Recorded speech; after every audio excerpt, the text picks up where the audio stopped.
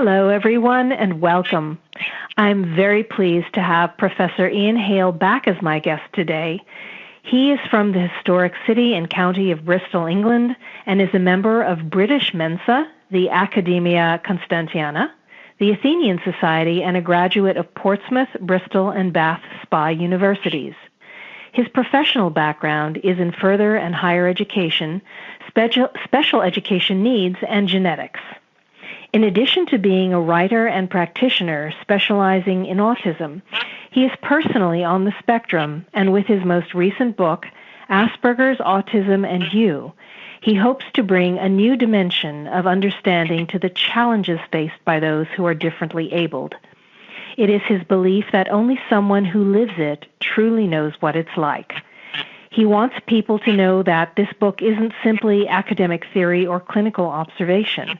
It is how it really is, both the good and the bad.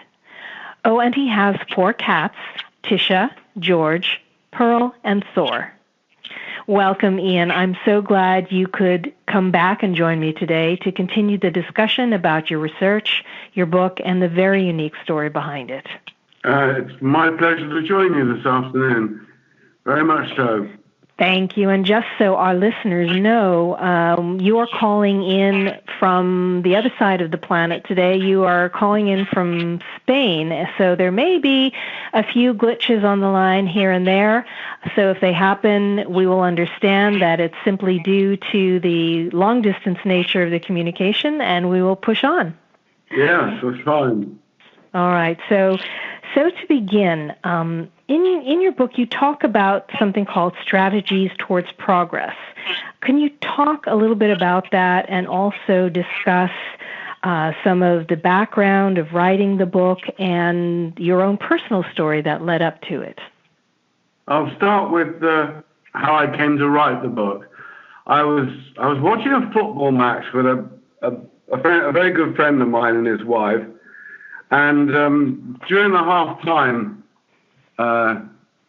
section of the match, one of the two of them, and I don't know which, brought up the subject of autism because their granddaughter has autism. And I started to talk a little bit about autism and about what I knew and about my own experience as a person on the spectrum.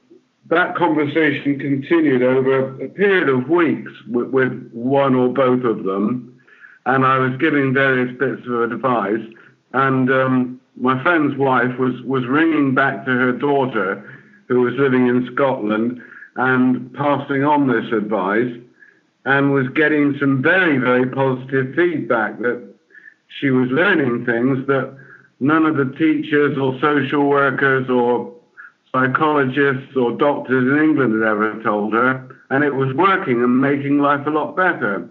And then this friend of mine, Bill Wallace, to whom I've dedicated Aspergers, Autism and You, because sadly he died early last year, said, you ought to do something with all this knowledge, Ian.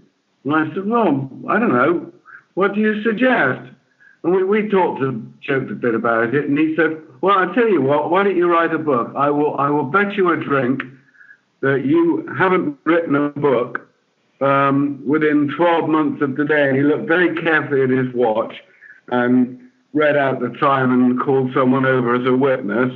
I said, okay, you're on. I'll give it a go. And that's how the book started. And did he end up buying you the drink, or did you buy him one? He bought me one. All right. So you finished it within the year. I did. And, well, I'm glad that provided the inspiration for you to write the book, because the information that it contains, as you say, is very helpful, very useful, something that could help quite a lot of people.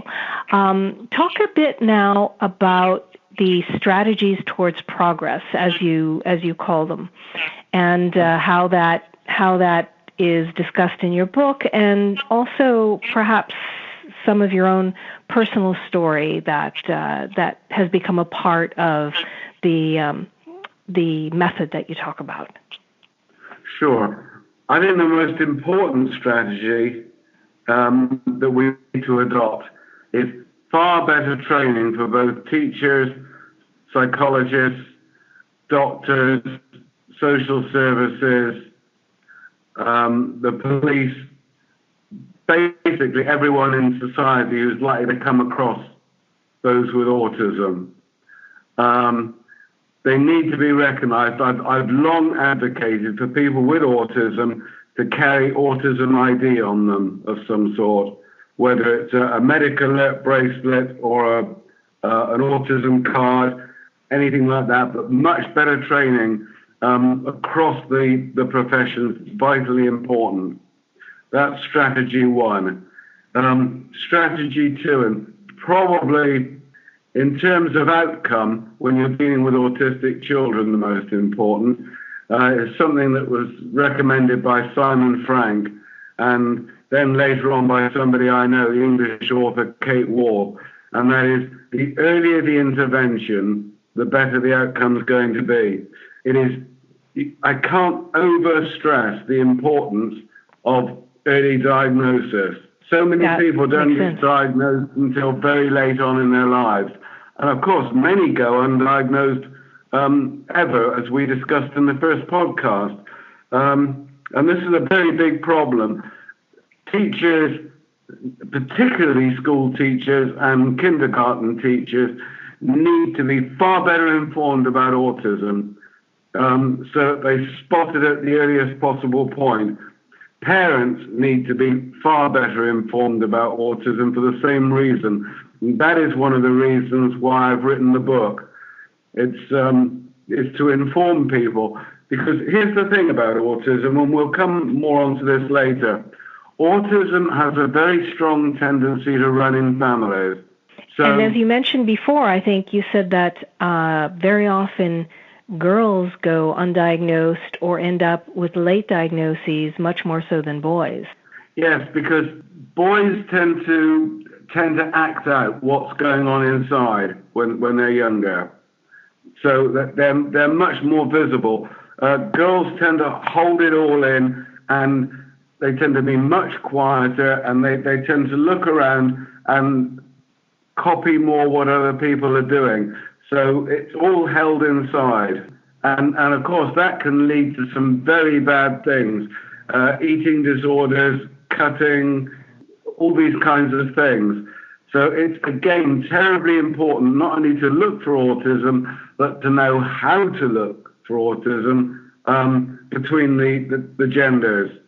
Because although the symptoms are the same, the way they're expressed between young males and young females, and by that I'm talking up to age 16 to 18, those below that age, is really quite different. And because autism is so much rarer among females than males, even very good psychologists have not been trained to look for female autism because it is rare.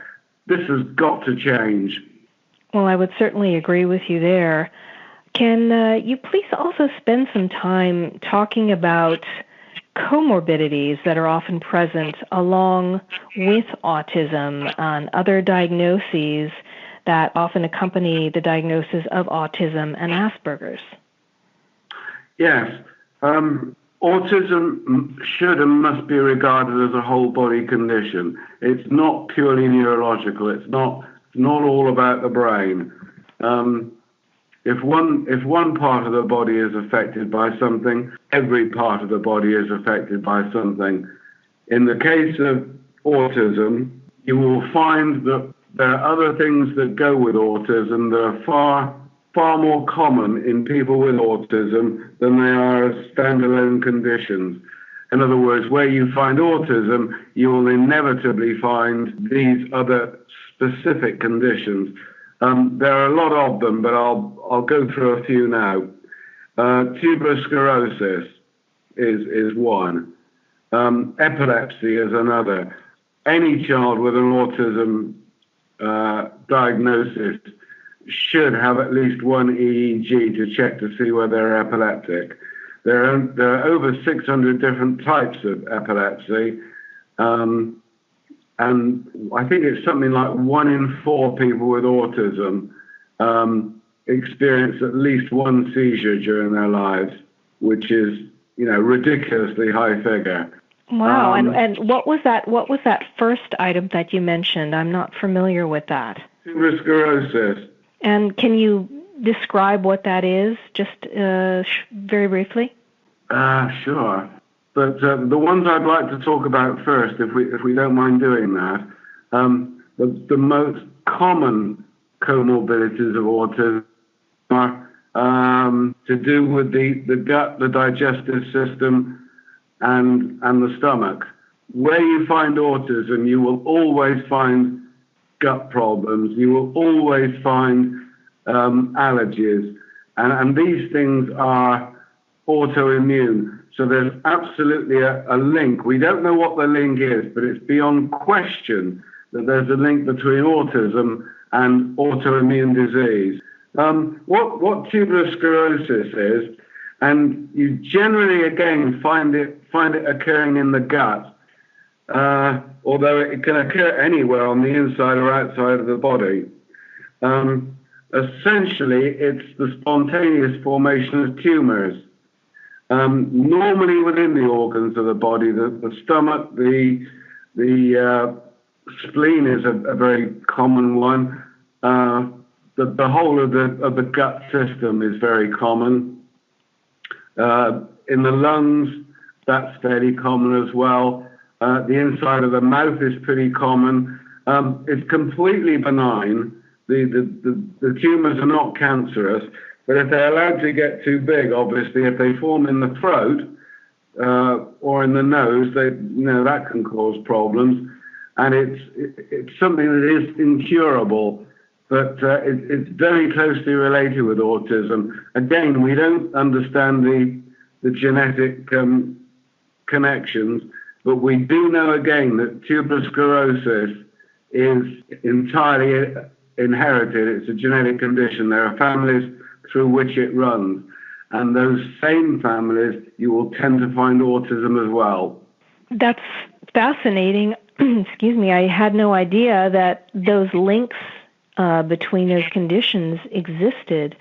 But I would also think that if people were aware of that, those could serve as a flag if one or more of these other conditions are present, that the person might also have autism or be a person with autism. So I think being aware of these various comorbidities that often accompany an autism diagnosis would be very, very important, so that people could also, especially in cases such as in females with autism that tend to go undetected, if these other conditions are present, they might also be able to screen for autism, because it could be something that would be suspect as being present along with these other conditions. Yes, where you find one, you'll generally find the other. Think of them as signposts to autism, and autism is a signpost to many of these other things too. Yeah, if I could give one more example, talking about gut condition, but there's a definite link between Crohn's disease and autism. That's been genetically proved already. And can you describe for our listeners who may not be familiar just a bit about what Crohn's disease is, what it looks like? It's basically it's an autoimmune condition that the cells of the intestines basically attack each other. The result is initially ulceration, inflammation, and ultimately, if it isn't treated, the ulcers will eat through the gut wall, and the contents of the gut will pour into the torso, into the trunk of the body, and that sets up life-threatening septicemia. So this is a very serious condition, and the same applies to celiac disease as well, although that's easier to control. And I think you also mentioned, correct me if I'm wrong, that there is a link, proven link, to autism, Aspergers, and also conditions such as ADHD and even schizophrenia. Yes, they do share genetic sequences in common, all of those things. I mean, another couple that do Rett syndrome, Williams syndrome, Phelan-McDermott syndrome, all of these share common sequences and common genes, and the placement of those genes with what we call autism. And this is why I've designed what I've called the autism family tree, because looking at autism as a tree with many different branches and roots is actually a far better description of how it really works than to use the concept of a spectrum. The spectrum gives you the idea that everything's neat. You know, it's this color followed by this color, followed by this color, followed by this color, and they're all nicely divided. You know, like cups arranged on a shelf. But in fact, the interactions between these various conditions are far, far more complex than that. It's not stacked like steps on a ladder. They're all intertwined, as I say, like the roots of a tree. That's a far better description. And if more people understood that, it would make diagnosis and finding things out, the signals that you talked about, particularly it would aid the diagnosis of males, be a great deal that way. In your book, you discuss something called acquired versus classical autism. Can you elaborate on that for me? Yes, I'd be delighted to. We mentioned before that there are autism families. There are families through which autism runs. My family is a very good example. By going through the family records, and I went back through correspondence and diaries and various other things, going back 250 years to the middle of the 18th century through the family archive, and it's terribly obvious that a lot of these people were autistic. My grandfather was Asperger's. My uncle, my dad's brother, was definitely Asperger's. Two of the next generation, the generation after myself, are autistic. And as I say, reading all these things from over 250 years, their poetry, their commentary, letters they'd received from people commenting on what they were like and their habits and eccentricities. It's clear it's been in my family for, literally centuries. And this is very true of the majority, I would say, that I've met at least. And when autism is clearly diagnosable before a person is 3 years old, then it's almost certainly genetic. And a mother will almost certainly know that her baby is different by the time it's 2 years old. My mother did. So this is what I call classical autism. Before I go on to discuss acquired autism, I'd just like to define for a moment what autism is. Autism is, in all the 8 major medical manuals, a specific collection of symptoms in various sections. And that's why it's called an autism spectrum. If an individual ticks enough of those boxes in each of the diagnostic sections, then they are said to be autistic. Now, if a person does that before they're 3 years old, then they've inherited autism, and that is classical autism. Now, what are called epigenetic factors, which is stuff that happens later on, any time during life, causes a person to exhibit those same, or to tick those same boxes, and things like lead poisoning can do it. suffering a head injury can do it. During the distressing stages of dementia, a person will go through, sadly, an autistic phase. That there are a lot of different things. Acquiring any type of brain injury, for example, if a person contracts meningitis very badly and their brain is damaged, that can make them exhibit those autistic symptoms, and that is what I call acquired autism. And it's very important to differentiate between the two. And further on, it's very important to differentiate between classical autism, acquired autism, and NLDs, non-specific learning difficulties. Of those, there's no doubt that there have been, and we are still seeing, an unusually large number. There's no autism epidemic, but when it comes to NLDs, that's still an open question. I know it's still being researched very carefully, and it's something that I would like to get the opportunity to research more myself, as you know. Well, that's extremely interesting, all of the details that you've discussed and the differentiation that you make between the classical and the acquired autism.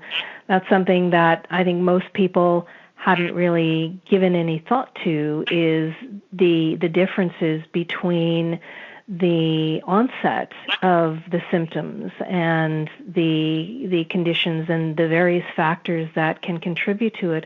Also, how fortunate that you've had that all of that information, all of that family history to be able to look back on and see the pattern. A lot of people don't have the fortune to be able to do that. So that's absolutely fascinating. And also, I'm fortunate enough to have a cousin who currently lives in Tennessee. She probably wouldn't thank me for saying her name because she's a very private person, but she's the family genealogist, and she also has research with the book, and I have given her a credit at the end of the book. So she was able to tell me about her side of the family, and strangely enough, all the neurodiversities within her side. So yes, it was very fortunate. And it branches out way beyond immediate families into extended families, second, third, and probably even fourth cousins. Oh yeah, she is a blood cousin, but she's a blood second cousin. Mm-hmm. So that's still quite a close genetic relationship. Well, at this point, Ian, is there anything that I haven't asked that you would like to add about the book or about the topic we're discussing, or something that you feel is really important for our listeners to know? Well, as far as the book's concerned, there are 2 or 3 things I want to say about it. First of all, I've written it for everybody. It's invaluable. I wrote it deliberately as a guide. It's not intended to be definitive. I always wanted to keep it short, but packed with information. And I wanted to do that because I wanted to make it affordable for everybody. I didn't want to write a $40, $50, $60, $70 textbook. But it's a book that should be read by student teachers, student doctors, social workers. It is a book that should be made available to police forces around the world. And I've had a number of reviews of the book. It covers the whole subject. And I've written it in such a way, the way the chapters are structured, it's a book that you can use as a reference book. It's a book that's small enough to carry around with you. You don't have to, obviously, it's much better if you read it right the way through X number of times. But once you know the book, it's very easy to open it and just find the chapter you want and use that as a reference. And no one has ever tried to do a book that way before it. Think of it as a kind of directory of autism. That's how I like that. That's what I had in mind. I modeled it on a specific book for exactly that reason, in terms of its layout. It sounds like a very unique and user-friendly format, also something that would be very easily digestible and easy to read, and also something that's from the perspective, as you say, of someone who has lived it.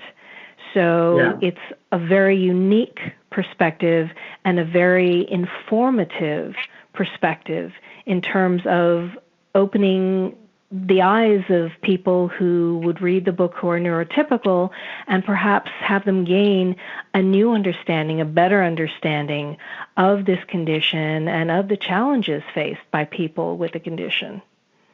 Yeah, and of course, not just people with the condition, their siblings who may not have the condition, and of course their family.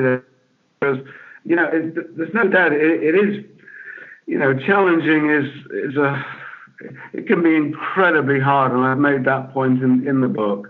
There's no question. I know a lot of autism activists are going to hate me for saying this, but there's no doubt that autism, Aspergers, all the neurodiversity, schizophrenia, bipolar, they are disabilities. They are a problem. They're a problem for the person who suffers from them, and they're a problem for those who have to deal closely with them, for those that love them. And to pretend otherwise, I think, is whistling in the dark. The other thing I just wanted to say about the book, I've deliberately included a very long reference section. And the reason I've done so at the end of the book is so that people who want to read about the subject in much greater detail or specific areas of the subject in greater detail, have access upon where to look. The big textbooks and everything. If they want to take that study further, and that again would be particularly helpful for students, I think, or people who run social centres for people with various problems, health problems, because it's not only about autism. I've talked a lot about general health in it. I've talked a lot, for example, about the new 5G internet system, and I've talked about some of the problems with pollution and how that affects development, and various other factors as well. It's not just about autism. That's its principal subject, but it's a book that should be of interest to anybody who's got an interest in health, mental or physical. Well, and certainly one of the things that's most problematic about the topic in general is not only the ability of someone with autism or with Asperger's or with a condition on the spectrum to understand and to learn and to become sufficient and efficient in terms of the way they interact with their world, but also the education and increased awareness and understanding and perception of those who are neurotypical in terms of interacting and communicating with those who are on the spectrum. So I definitely encourage people to get the book, to read the book, to aid in that mutual education that I think really, really needs to take place. I agree, it does. I remember very clearly a very close friend who, like myself, is Asperger's, and I remember what she said to me one time. She said, "I don't have a problem with being Asperger's. It's other people that have a problem with me being Asperger's that is my problem." Well said. So Tell me, Ian, how can our listeners contact you if they have questions or they want to know more about your book or about any of the topics that we've discussed? They can contact me on Facebook, or they can contact me via email. I believe you have my email? Yes, but for our listeners who are tuning into the podcast, if you would say your email address and spell it out, that would be very helpful. Yes, it's IANCHALE, Ian C. Hale, at hotmail.com. Because I, as well as being a writer and a researcher and a speaker, I also do online consultation as well. And if people would like to talk to me about it, that there is a structure by which we can do that through Skype or Facebook or through the medium that we're using now. And payment is by PayPal. Oh, very good. Very good. Well, thank you so much, Ian, for joining me today, sharing your story, your experiences, and some excellent information from your book. And I also want to thank our listeners for spending a part of their day with us. I'm Gilda Evans, reminding you to take care of yourself and that special person in your life.